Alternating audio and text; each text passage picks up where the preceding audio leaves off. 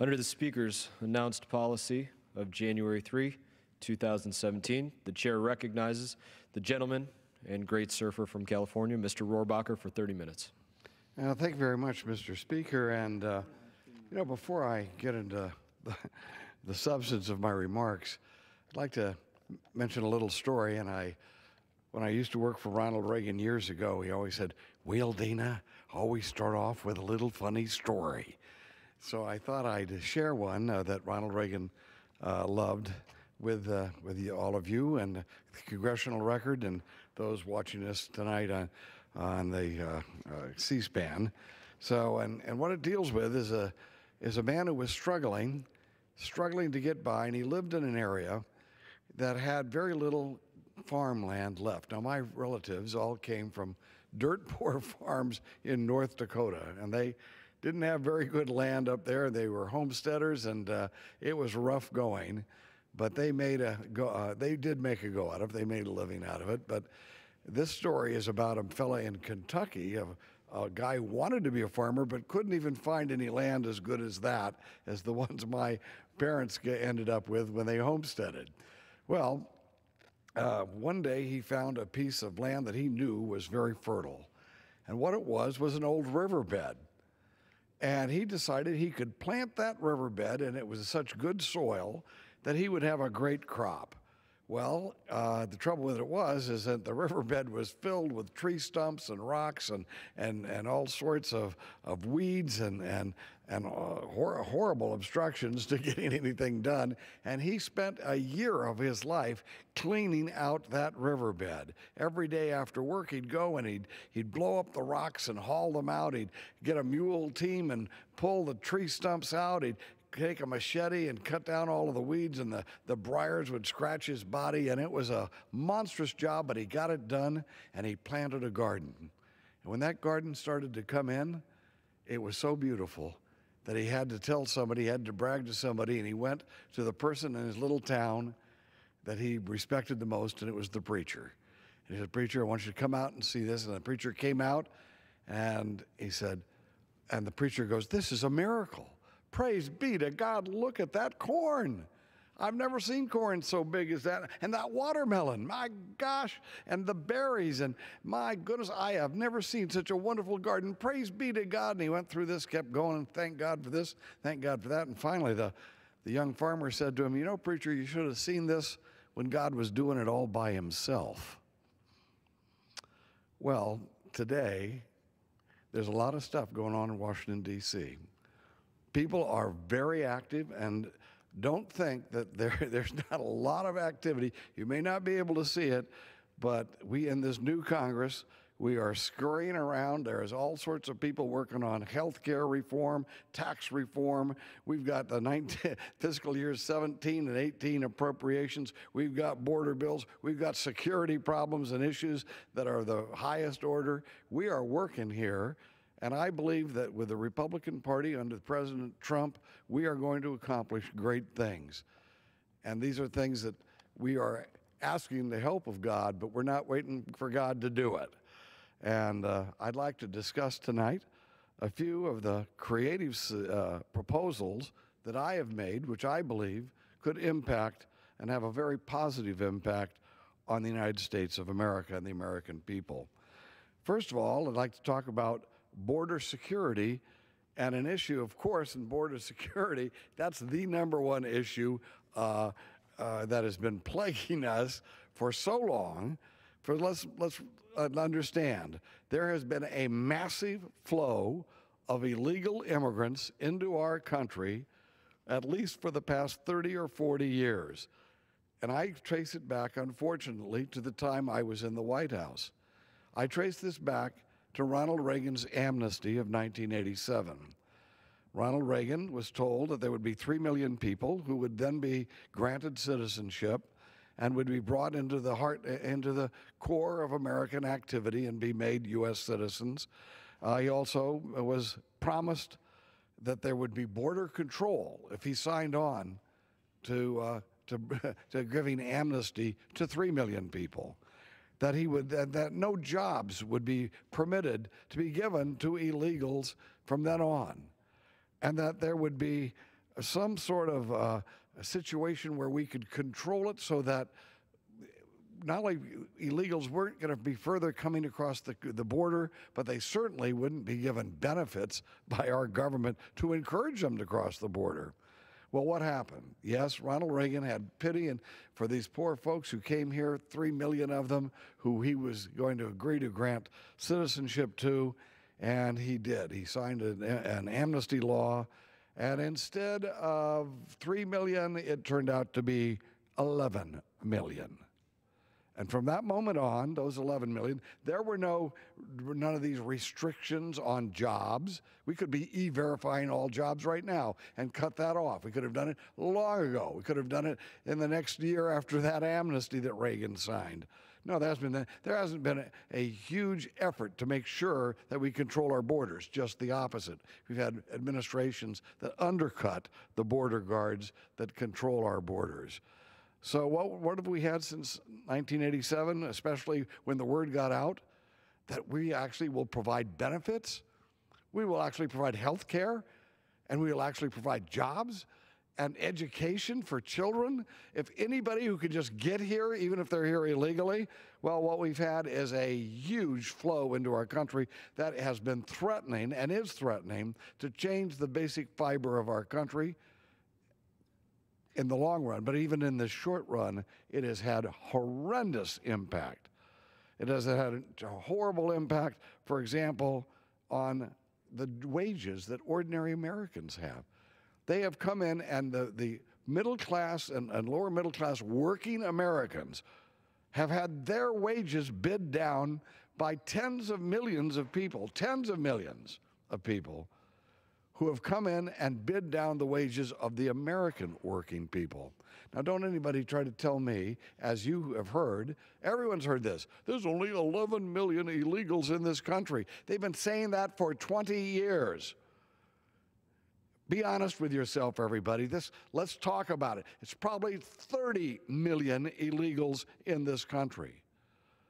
And what's that? How is that caused? What has that impacted on us? What have we seen?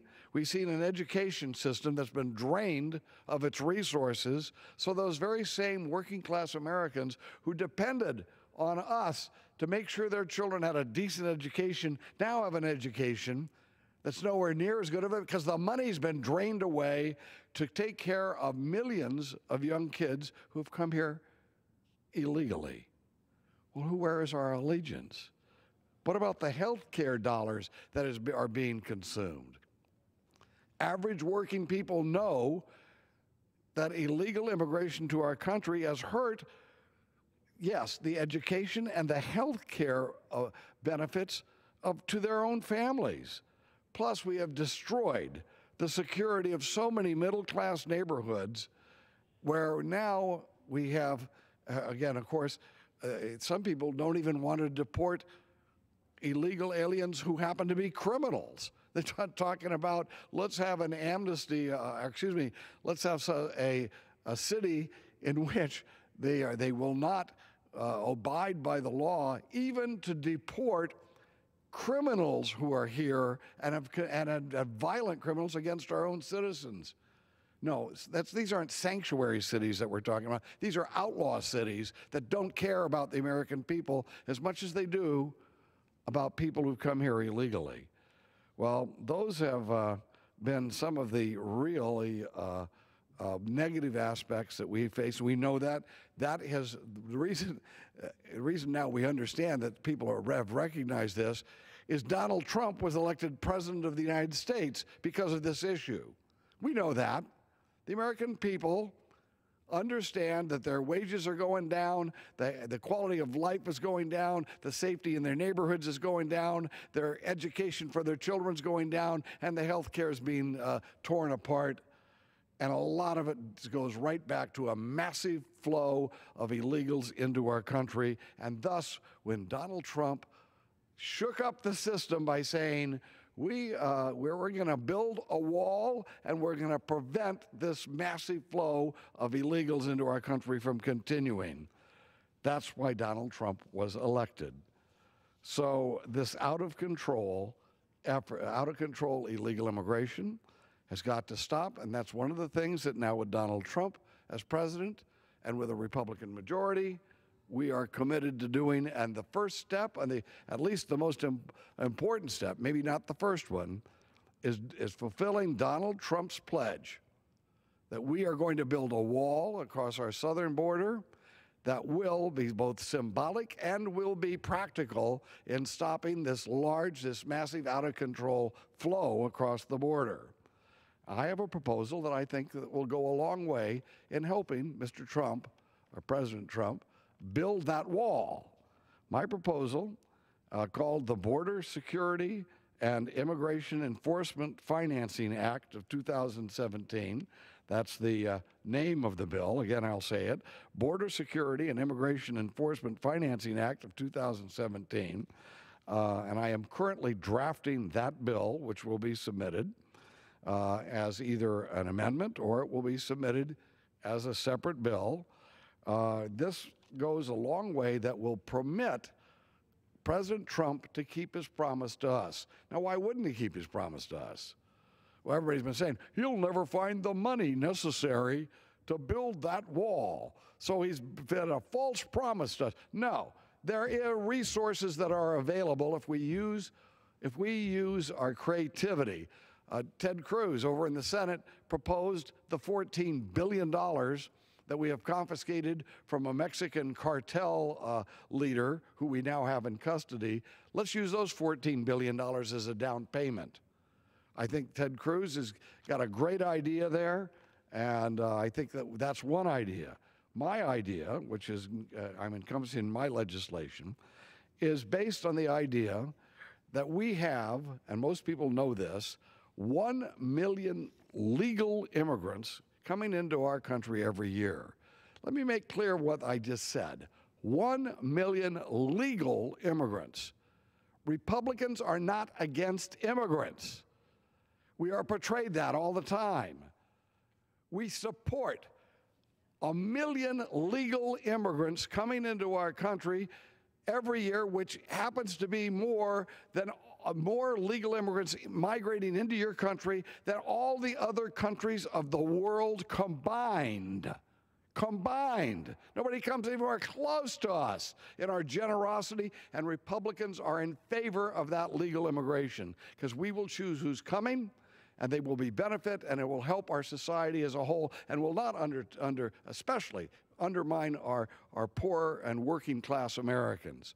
Well, what does that have to do with the wall? Well, my legislation, which I am now in the middle of writing, says this. Of that million, it recognizes there are 50,000 people who are permitted to come into our country legally every year. And how are they selected? The rest are very carefully selected. These are people who are selected by a lottery. That's right, a lottery. We're having choice, and just by happenstance, who we pick, 50,000 people coming into our country. We may need them, they may be able to contribute, they may not. But we're leaving that up to a lot. My proposal is eliminate that 50,000. But we're not going to lower the number of legal immigrants coming into our society. We support legal immigration. In fact, those people who claim Republicans are anti-immigrant, they are the ones, they are the bigots. They are the ones who are proposing that we lump legal and illegal together. So don't let anybody kid you. That is a political ploy. So when you hear someone say Republicans are anti-immigrant, just remember, we are pro-legal immigrant. And that, with them trying to combine the illegals with legals, makes them the negative force against people who've come here from other countries legally. But so what's my proposal? My proposal is you take the 50,000 slots that now is selected by some kind of lottery, and you say, we're going to start a pool of money. It's going to be an account that is a protected account, can only be used for upgrading the border security of the United States. Both the border patrol, immigrations coming in, and making sure our country is the homeland is more secure, especially on our borders. So we take that money in the pot. Now, where's the money coming from? Of that $50,000 a year, I am proposing that we charge anyone in the world who is not a criminal or some kind of a terrorist, but basically we permit them to put $1 million into that fund, and they will be guaranteed immediately they will be guaranteed legal status, a green card in the country, but they will be guaranteed within 2 years that they will become a U.S. citizen. Are there 50,000 people in the world who would do that? There sure are. There sure are that. We know at least that. But there may be a lot more than that. But that would be enough for President Trump to build his wall and to make sure that we stem the flow, this massive flow of illegals into our country, and to secure our borders from these drug cartels, et cetera, and to strengthen our border patrol, and to make sure that when people are coming into the country, we can vet them. We have some sort of technology devices that can help us and secure that radical Islamic terrorists aren't coming into our country. Yeah, we can do that if we have the resources. President Trump wants to do it. Our country's been thwarted in the past by politicians who don't want to do it, but President Trump is committed. We need to get behind him. My proposal would at least give us the resources to accomplish that mission. Unfortunately, there are, of course, people here, power brokers here in the United States House and throughout our government, they'd like to get their hands on that money and spend it on other projects, special projects that they have in mind. Right now, the Republican Party needs to unify. We need to hear from our base. No, the number one priority for any of the money that would be derived from offering a citizenship to people from overseas, that money should be used to control our borders and create the security of our country. Now, by the way, why haven't we acted before? Why is it that from 1987 on that we've had this flow and we haven't been able to stop the flow or do what I'm doing right now? Should have been done 10, 20 years ago. Because we have people in this country who wanted that massive flow of illegals. There are probably 30 million illegals in our country. That is not some kind of happenstance that just happened. That wasn't an accident. No, we have had, and unfortunately on the Republican side of the argument, we have had big business who wants cheap labor. And that has prevented the Republicans from doing what we want. And on the liberal side and the left-wing side on the Democratic aisle, you have ultra-leftist, ultra-liberals who want what? Who want to make sure that we have masses of people that they can use to try to socialize our country, change the fundamental nature of our country, because they don't like the fundamental nature of our country. So we have a political motive and an economic motive on both sides, manipulating these poor people from around the world and threatening the well-being of those working people and those lower middle income people in our own country who are just struggling by. We could have solved this a long time ago, but that's what Donald Trump was all about. Donald Trump spoke to those people in Wisconsin and working class people in Pennsylvania and elsewhere and said, we're going to watch out for you. We're going to worry. Now we're watching out for you from now on. Now we need to join Donald Trump. The people have spoken. We need to build that wall. Build it. And I was very proud during the Reagan years that I participated. I was one of Ronald Reagan's principal speechwriters. And we all remember what his most important line was. What did he do that really changed the world? He had a policy that stood firm against the Soviet Union without sending our troops into military action. And he stood, and he was strong, and he stated and he argued our case aggressively to the world. And Ronald Reagan, when he went to the Berlin Wall and he said, tear down this wall, it changed history and made our country safe for decades ahead. I did not write those remarks, but I am very proud that I helped smuggle those remarks to the President of the United States so that he had the option of saying it. And of course, once he read those remarks, he was bound to say it, even though his senior staff tried to prevent him from doing so. Well, I'm saying this. Donald Trump, listen in, build that wall. We are behind you. The American people are behind you. You should be as aggressive on this issue as Ronald Reagan was in tear down the wall, because he too was villainized for they claimed he was some type of a warmonger for even being so tough with the Soviet Union. And of course, what he did is lead to the disintegration of the Soviet Union. So that's my first idea. I have another project that I've been working on, and I know this sounds perhaps a little bit disconcerting for people, because people have the idea that everyone here is left and right, and they have stereotypes of who is on the left and who is on the right. So let me just suggest that my next proposal is something that is usually associated with the liberal left, and that is, I happen to believe that we have had a tremendous waste of our resources, and it has been has had a horrible impact in our country, that we have tried to regulate adults using marijuana, and especially our efforts to stamp out any use of marijuana, which is the policy has been for decades, in a way that it has prevented us from developing the medical uses of cannabis, marijuana. Cannabis is a plant that has enormous potential for our economy. We can't even import it now. It used to make all of our rope. The Constitution is written on cannabis paper. So many uses. Our farmers aren't even permitted to grow it.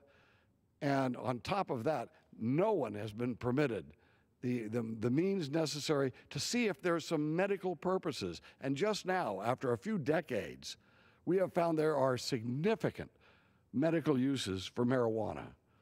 Now, it took me a long time to get to the point where I found out where we could work, a coalition of people could work on both sides of the aisle to try to just look at this issue with a realistic eye. What is going on? What is this incredible hysteria over some adult smoking marijuana in his backyard that we have to waste the resources of our police forces? The police should be out protecting people down the street, but instead they're going into the guy's backyard to make sure that he's not smoking marijuana. And then how about the jailer? How about the judge? How about the penal system? How about all of those things? How about the loss of income of that individual?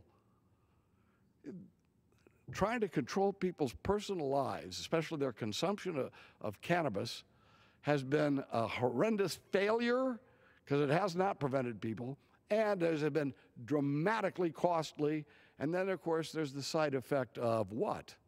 There is the side effect that we are financing drug cartels throughout the world who are actually putting democracy in those countries in jeopardy. And we're financing it. The issue isn't whether or not people should smoke marijuana or have cannabis. The issue is, if you're going to have that cannabis, shouldn't the person selling that be accountable so that you only sell it to adults? Shouldn't it have a label on it so that you know that it's not filled with opium or poisons? Shouldn't it be a situation where a businessman has a bank account and is taxed and regulated and is treated like any other business, responsible business? Or we can let the drug cartels have the billions of dollars that endeavor will be bringing in every year, in which it does. So we have financed the drug cartels overseas. We have gangs here domestically, all tied to the fact that we're trying to control people's private behavior for their own benefit. Time to unshackle people. An adult in the United States has every right to make his own decision about whether or not he will consume cannabis, and that is especially true of doctors and patients. We believe, supposedly Republicans believe, in the doctor-patient relationship. We've talked about it with Obamacare, et cetera. Well, guess what? The doctor-patient relationship, if we're saying you can't, yeah, you can do this, but you can't do anything with cannabis, that is not recognizing the doctor-patient relationship. So don't tell me about limited government. Don't tell me about individual freedom. Don't tell me about the doctor-patient relationship. Don't, don't tell me about those things if you believe that adults should not be able to use cannabis, especially for medical purposes. And the worst part is, there are some medical reasons for it. We have already seen Israel has, by the way, legalized marijuana, and they have done great research just in recent years on the medical uses of cannabis, of marijuana. And they have found that epilepsy, children's epilepsy in particular, this will stop seizures. But yet we are denying our own people the use of this. How insane. Yes, we need to make sure that we watch out for our people, but we do not control their lives because we know better. This is not the nanny state that some people, interestingly enough, on the other side of the aisle who believe in the nanny state are the ones who believe mostly in allowing people to choose medical marijuana if that will help them. And I just will say this, that we have an epidemic of opiates in this country. And one of the reasons we have that is because we have our veterans who've been given these opiates at the VA. And I just had a call yesterday from a friend whose son came back from the war, and he was in convulsions on the floor, and they couldn't help him, and he took him to the VA, and they put him on opiates, and it still didn't help. And finally, after a year, the doctors pulled him aside and said, "Come to my office off the campus," and they gave him a prescription for medical marijuana, and the man's son hasn't had a seizure since. So what does that mean? So he doesn't have a seizure. You have a veteran who's been filled with opiates, and so now I got a call just yesterday. This poor young man, who is, as long as he's smoking that marijuana, does not have seizures, but they have filled him with opiates. He's trying to get off the opiates, but the process they've got him going through is soon he has to be dry of everything, including marijuana, and as soon as that level goes down, he begins having seizures again. And then he went a few days ago, maybe a couple weeks ago, he was at the VA hospital. They were trying to get him off these opiates. He's going to feel a seizure come. He went to the car to smoke a marijuana joint and was arrested because the people at the Veterans Hospital who run the parking lots are federal employees. It's federal property. And we have had votes right here in Congress saying that if a state legalizes the use of medical marijuana, the state legalizes that, the VA in that state is permitted to let their people utilize medical marijuana. And it failed. That vote failed.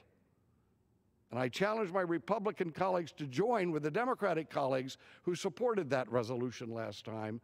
If you really care about these people, yes, we have an opium-based horrendous surge going on in our country.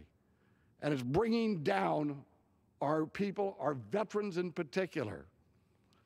Let's not eliminate, if the doctor believes that medical marijuana will have an impact, let us not outlaw that doctor from doing this. Let us also remember that we know that it can end seizures. And this poor guy who called me the other day, his son, once the medical marijuana is going down, and he can't, they won't go let him do this on the campus of the VA hospital, so he ends up going back into seizures. This is the type of catch-22 when you're trying to control people's private lives. It doesn't work. It's not right. It's not right now for our veterans. It's not right for our senior citizens who are sitting in their senior citizens' home. If they would like to take a gummy, that's filled with a little cannabis, so what?